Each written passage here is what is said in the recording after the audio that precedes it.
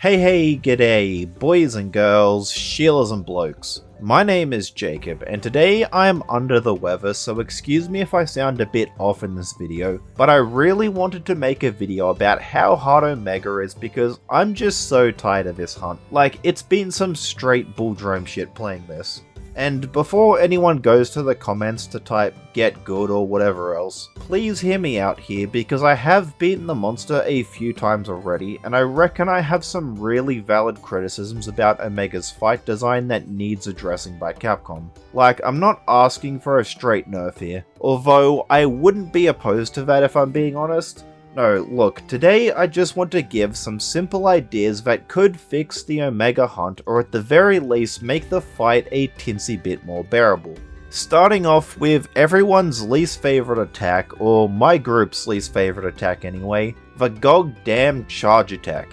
This move's hitbox is so broken. I've died to Omega a lot, but I swear about half of those deaths are from this attack. Like, I could just be standing beside Omega and somehow get clipped by this attack when it charges, or even behind Omega where you'd think you'd be safe, and still get hit. I gotta genuinely ask, why would you ship this fight out with such a broken hitbox? Like, sure, the Monster Hunter series is synonymous with these kinds of broken hitboxes. I mean, just look at Pleshiov. It's been a huge meme in the community for almost as long as the Mon Hunt series has been around, but it's not particularly a good reputation to have. I thought we did away with this jank a couple games ago, so to see it back here and on one of the hardest fights the series has seen since World's rendition of Fatalis is frustrating. It's one thing to have a fight like Omega who spams attacks every other second, but then to put a broken attack that doesn't even have a telegraph on it like the rest of Omega's attacks is just unfair.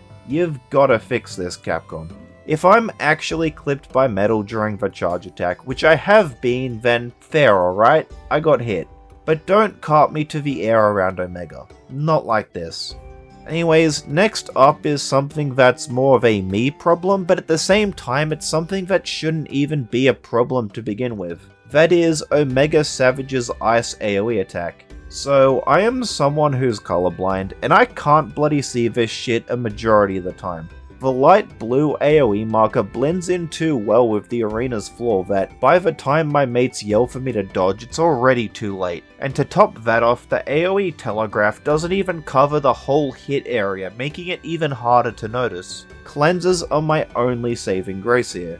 And I just cannot fathom why the hell the Monster Hunter team made this attack the way it is. Because if you didn't know, in Final Fantasy XIV, AoE attacks don't glow bright orange because they are all fire attacks, but because it's an easy bloody color to see on the floor of pretty much any arena.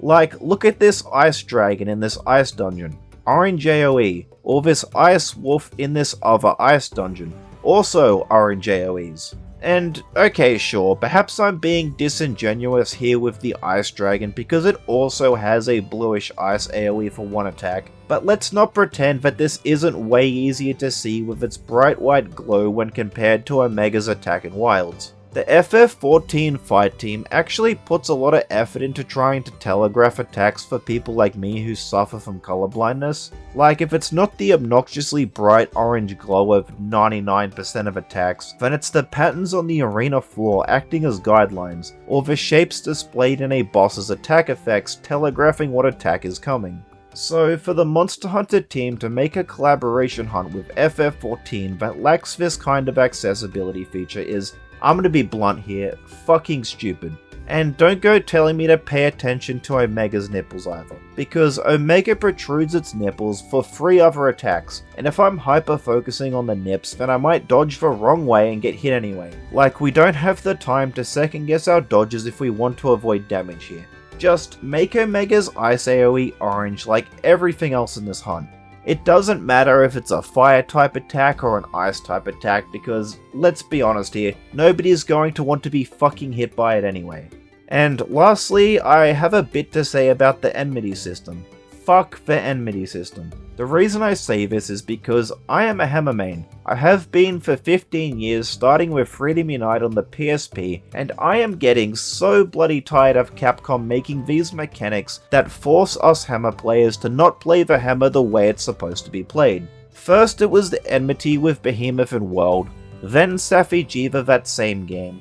Sunbreak had the god-awful anomaly monsters, and now we got the bloody World Enmity system back in Wilds. Like, why do you hate us Hammer players so much, Capcom? Enmity is a mechanic ripped straight out of the MMORPG Final Fantasy XIV. And in that game, when a player attacks a creature, they draw the enmity, aka the aggro of that target who's now focused solely on attacking that player. And how this is ideally supposed to work is that your defensive tank-based classes who specialize in drawing aggro and negating damage gains the target's enmity, allowing for them to tank the enemy's hits while your damage dealers chip away at the health from the sides. Now, that's all well and good in a game designed around using this mechanic like Final Fantasy XIV. However, Monster Hunter isn't that kind of game, and yet Capcom is still trying to incorporate it in probably the worst way possible. That's of course by making whoever hits the monster in the head the most gain enmity, and if you're a Hammer main like I am, then well, best pick a god and pray.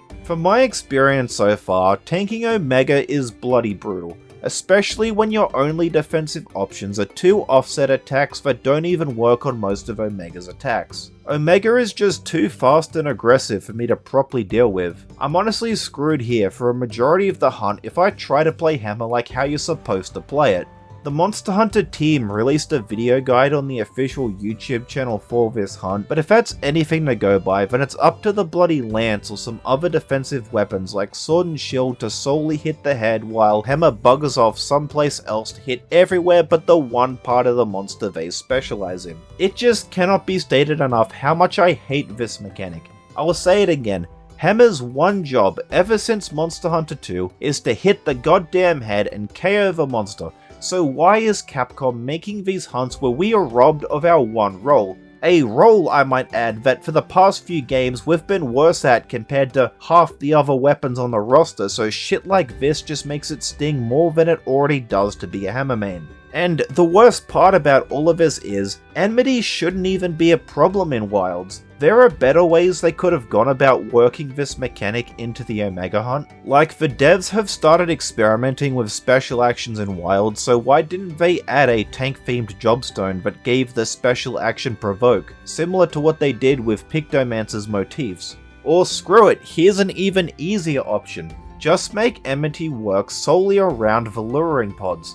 I swear nobody actually remembers these items exist, to the point that Capcom themselves forgot about them, but these are like essentially the Mon Hunt equivalent of FF14's Provoke. Like, you put one on your slinger and you shoot it at the monster and they'll start attacking and chasing you because you've pissed them off. So why couldn't they have just made enmity work around these items instead? And if me bringing up these luring pods jogged your memory about the items and you thought you'd try using them for yourselves, well, don't, because I already tried it and these don't do shit against Omega. What a fucking waste. And anyway, that was just two ideas I randomly thought up here on the spot. Imagine what I could do if I was getting paid by a multi-million-dollar company like Capcom to actually make the game.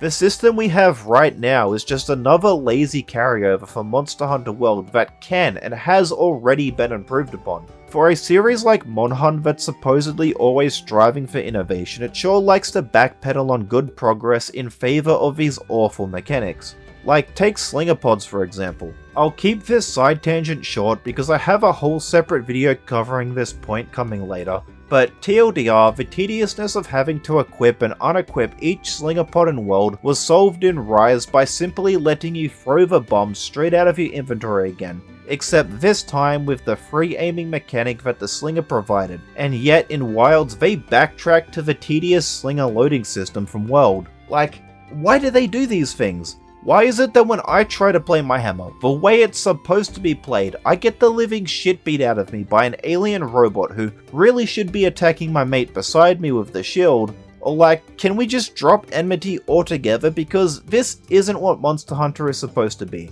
And I don't care if it's a collab quest, because the Final Fantasy XIV side of the collab this time isn't trying to make a Monster Hunter fight in FF14, which is fair because Rathalos was kinda stupid. So why did you make an FF14 fight in Monster Hunter? These games just aren't compatible for like direct one-to-ones. Anyway, that's all I really wanted to rant about with Omega. Like I said, I've already beaten it a few times prior to recording all this, but I still wanted to make the video anyway because I did not enjoy my time with this quest. I think with some changes it could have been a good time, but as it is now, it just wasn't one for me. Or you know, maybe because I've been battling the IRL frenzy virus this past week while hunting Omega, I've become extra pessimistic towards this fight, who knows. And I reckon I'll make a follow-up video focusing solely on Capcom's recent neglect when it comes to Hammer players, because while I mentioned some parts of it here in this video, I think there's more to be said about the topic I should save for its own upload.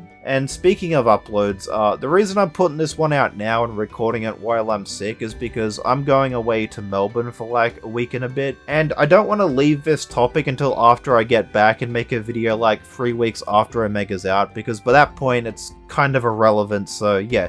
Excuse me being sick, but I just really need to get this video out while it was fresh. Anyway, if you're still here, then cheers. I appreciate your support. Please like the video if you liked it, or dislike it if you didn't. I'm open to dialogue in the comments, so what do you think of Omega? And if you've got any critiques of my points, which I reckon there's probably gonna be a lot, and fair, okay, just please try to keep it civil. And subscribe for more content like this. Although, without me being sick, and hopefully less negative content. Alright, that's all. Have a good one, people. Cheers.